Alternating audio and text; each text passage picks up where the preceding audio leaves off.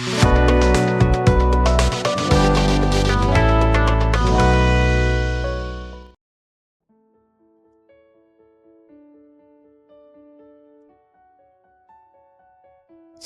selamat pagi. Kita berjumpa lagi dalam Rehat Renungan Harian Toraya edisi hari Jumat 31 Januari 2025. Kita akan mulai aktivitas karunia Tuhan kepada kita masing-masing di hari ini. Tapi mari kita mendasarinya dengan belajar firman Tuhan. Untuk itu mari kita berdoa. Terima kasih Bapa di surga, Engkau sudah membangunkan kami kembali di pagi hari ini. Kami akan memulai tugas tanggung jawab kami di hari ini Tuhan. Tapi kami terlebih dahulu akan belajar firman-Mu. Berkati kami semua yang belajar firman-Mu. Berkati hamba-Mu yang terbatas ini. Ampuni semua salah dosa kami Tuhan. Kami berdoa dalam nama Tuhan Yesus. Amin. Pembacaan kita dari Kisah Para Rasul 19 ayat 1 sampai 10. Paulus di Efesus. Ketika Apolos masih di Korintus, Paulus sudah menjelajah daerah-daerah pedalaman dan tiba di Efesus. Di situ didapatinya beberapa orang murid. Katanya kepada mereka, "Sudahkah kamu menerima Roh Kudus ketika kamu menjadi percaya?" Akan tetapi mereka menjawab dia, "Belum. Bahkan kami belum pernah mendengar bahwa ada Roh Kudus." Lalu kata Paulus kepada mereka, "Kalau begitu dengan baptisan manakah kamu telah dibaptis?" Jawab mereka, "Dengan baptisan Yohanes." Kata Paulus, "Baptisan Yohanes adalah pembaptisan orang yang telah bertobat."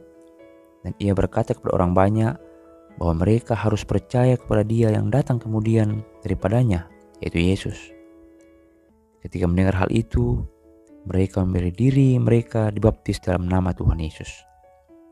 Dan ketika Paulus menumpangkan tangan di atas mereka, turunlah Roh Kudus ke atas mereka, dan mulailah mereka berkata-kata dalam bahasa roh dan bernubuat.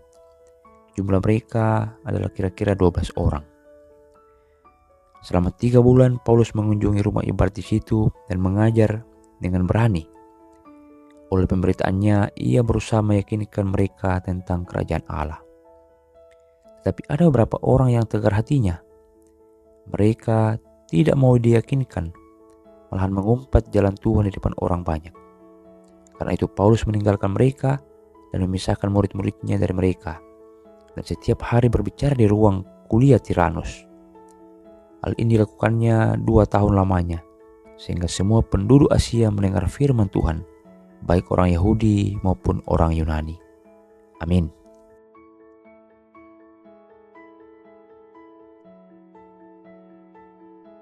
Tema kita berjudul Menuju Kedewasaan Iman.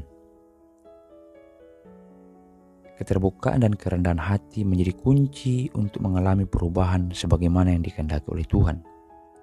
Terbuka untuk mengakui kekurangan serta rendah hati untuk dibentuk menurut kehendak Roh Kudus. Sikap inilah yang mestinya dimiliki oleh umat Tuhan dalam hidup persekutuan dan pelayanannya. Efesus merupakan salah satu daerah di mana berbagai pengajaran agama dan keyakinan berkembang dengan pesat. Pada saat Rasul Paulus mengunjungi Efesus, di sana ia mendapati beberapa orang murid. Dalam perjumpaan dan pembicaraan dengan beberapa orang murid itu, Rasul Paulus mempertanyakan beberapa hal terkait pemahaman tentang kekristenan dan lebih khusus mengenai Roh Kudus. Adalah hal yang sangat menarik dari respon para murid yang mengungkapkan ketidaktahuan mereka akan Roh Kudus. Mengapa ketidaktahuan mereka akan Roh Kudus bisa dikatakan sebagai hal yang menarik? Pengakuan ketidaktahuan mereka justru menjadi keterbukaan untuk diisi dengan pemahaman yang baik dan juga merupakan kerendahan hati untuk siap dibentuk dan dipakai oleh Roh Kudus. Dengan demikian, kesiapan untuk diisi, dibentuk, dan dipakai oleh Roh Kudus menjadi hal yang sangat mendasar dalam memaknai seluruh sikap hidup dan pelayanan para murid Kristus. Seperti seorang bayi yang baru lahir, demikianlah kehidupan seorang yang lahir baru dalam Yesus Kristus. Ia mesti terus bertumbuh, baik secara pribadi maupun sebagai persekutuan, dan tidaklah cukup hanya sekadar menjadi bayi rohani. Demikianlah sejatinya kehidupan pengikut Kristus.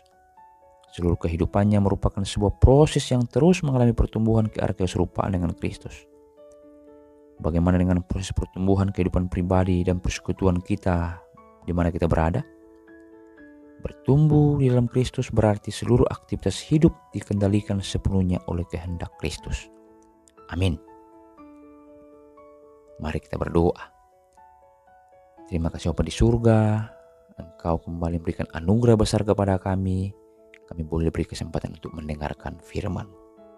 Semoga firman-Mu hari ini Tuhan boleh kami simpan, kami mengerti, dan boleh kami aplikasikan dalam hidup kami hari lepas hari.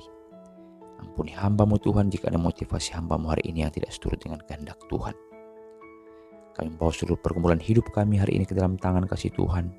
Kami yang bersekolah, bekerja, berkati kami agar kami boleh mengerjakan tugas kami dengan penuh tanggung jawab. Anak muda kami yang mencari pasangan hidup, mencari pekerjaan, Kau tunjukkan yang benar dan yang terbaik kepada mereka. Yang sakit Tuhan boleh Engkau sembuhkan, yang berduka boleh Engkau hiburkan. Pelayan-pelayan Tuhan Engkau berkati, pemerintah kami serahkan dalam tangan kasih Tuhan. Orang tua kami lanjut usia Tuhan dalam kelemahan tubuh mereka, Engkau kuatkan iman percaya mereka. Ampuni semua salah dosa kami Tuhan. Kami berdoa dalam nama Tuhan Yesus. Amin. Tuhan memberkati kita semua. Shalom.